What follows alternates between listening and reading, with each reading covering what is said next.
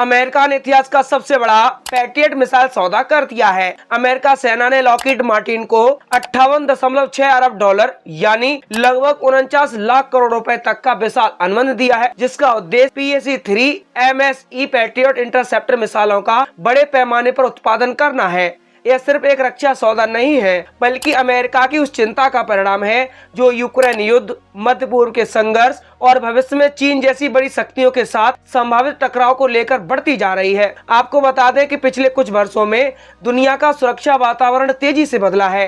रूस यूक्रेन युद्ध ने दिखा दिया कि आधुनिक युद्धों में मिसाइल और ड्रोन कितनी बड़ी भूमिका निभाते हैं। दूसरी तरफ ईरान और इजराइल के बीच बढ़ते तनाव तथा पश्चिम एशिया में अमेरिकी सैन्य अभियानों ने अमेरिकी हथियार भंडार पर भारी दबाव डाला है। पैट्रियट मिसाइलें उन सबसे महत्वपूर्ण हथियारों में शामिल हैं जिनका इस्तेमाल बैलिस्टिक मिसाइलों, क्रूज मिसाइलों और लड़ाकू विमानों को मार गिराने के लिए किया जाता है। यही वजह है कि अमेरिका अब केवल अपने भंडार को भरना नहीं चाहता, बल्कि उसे कई गुना बढ़ाना भी चाहता है। राइटर्स की रिपोर्ट के अनुसार यह समझौता वित्तीय वर्ष 2026 से लेकर 2032 तक चलेगा और इसे अमेरिकी रक्षा उद्योग के लिए एक ऐतिहासिक कदम माना जा रहा है। इससे पहले अप्रैल 2026 में लॉकहीड मार्टिन को लगभग 4.7 अरब डॉलर का अनुबंध मिला था, लेकिन अब उसी कार्यक्रम का विस्तार करते हुए उसे 58.6 अरब डॉलर तक का ढांचा प्रदान किया गया है। आपको बता दें कि यह पैट्रियट मिसाइल कार्यक्रम के इतिहास का सबसे बड़ा रक्षा सौदा माना जा रहा है। इस समझौते का एक बड़ा उद्देश्य भी है और वो है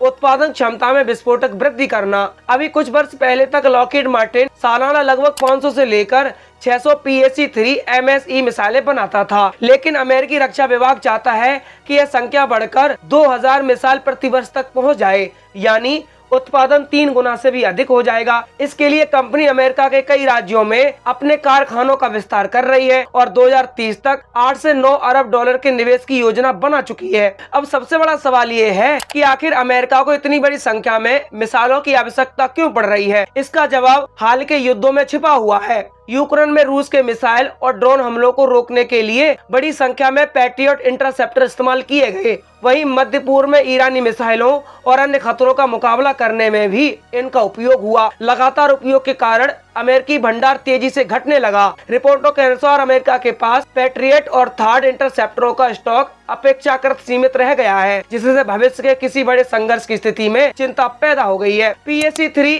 MSE मिसाइल वास्तव में पैट्रियट परिवार का सबसे बड़ा उन्नत संस्करण है। यह हिट टू किल तकनीक का उपयोग करती है। इसका अर्थ है कि यह लक्ष्य को विस्फोट से नहीं बल्कि सीधे टक्कर मारकर नष्ट करती है। यही कारण है कि यह बैलिस्टिक मिसाइलों को रोकने में अत्यधिक प्रभावी मानी जाती है। PAC-3 MSE में बेहतर मोटर, अधिक गतिशीलता और लंबी इंटरसेप्शन क्षमता है, जिसके कारण यह पुराने PAC-2 संस्करण से कहीं अधिक खतरनाक और सक्षम है। आज पैट्रियट सिस्टम केवल अमेरिका ही नहीं बल्कि दुनिया के अनेक देशों की वायु रक्षा का आधार बन चुका है। यूरोप, मध्य पूर्व और एशिया के कई देशों ने इसे खरीदा है। यूक्रेन में इसकी सफलता के बाद इसकी मांग और बढ़ गई है। कई देशों को अब महसूस हो रहा है कि आधुनिक युद्ध में मजबूत एयर डिफेंस सिस्टम के बिना टिक पाना मुश्किल है। इसी कारण लॉकहीड मार्टिन के ऑर्डर लगातार बढ़ रहे हैं। इस विशाल सौदे के पीछे अमेरिकी राष्ट्रपति डोनाल्ड ट्रंप प्रशासन की रणनीति भी महत्वपूर्ण है। ट्रंप प्रशासन रक्षा कंपनियों पर दबाव बना रहा है कि वे शेयर धारकों के लाभ से अधिक उत्पादन क्षमता पर ध्यान दें। अमेरिका चाहता है कि युद्धकालीन स्थिति में हथियार उद्योग बहुत तेजी से उत्पादन कर सके। यही कारण है कि बहुवर्षीय अनुबंधों का मॉडल अपनाया जा रहा है ताकि कंपनियों को भविष्य के ऑर्डरों की गारंटी मिल सके और वे बिना जोखिम के कारखानों में निवेश कर सकें। लॉकहीड मार्टिन पहले ही अपने कारोबार में जबरदस्त वृद्धि दर्ज कर चुका है। कंपनी ने हाल ही में अपने राजस्व और मुनाफे के अनुमान बढ़ाए हैं। मिसाइल और फायर कंट्रोल डिवीजन की आय में लगभग 20% की वृद्धि दर्ज की गई, जिसका प्रमुख कारण PAC-3 और अन्य मिसाइल कार्यक्रम की बढ़ती मांग है। कंपनी का ऑर्डर बैकलॉग भी रिकॉर्ड स्तर पर पहुंच गया है। दिलचस्प बात यह है कि अमेरिका केवल मौजूदा PAC-3 MSE पर निर्भर नहीं रहना चाहता। हाल ही में लॉकहीड मार्टिन ने PAC-3 ACE नामक एक नया और अपेक्षाकृत सस्ता इंटरसेप्टर भी पेश किया है। कंपनी का दावा है कि इसकी कीमत मौजूदा PAC-3 MSE की तुलना में आधे से भी कम हो सकती है। यदि यह सफल रहता है तो अमेरिका और उसके सहयोगी देश बड़ी संख्या में कम लागत वाले इंटरसेप्टर खरीद सकेंगे। विशेषज्ञ मानते हैं कि आधुनिक युद्धों में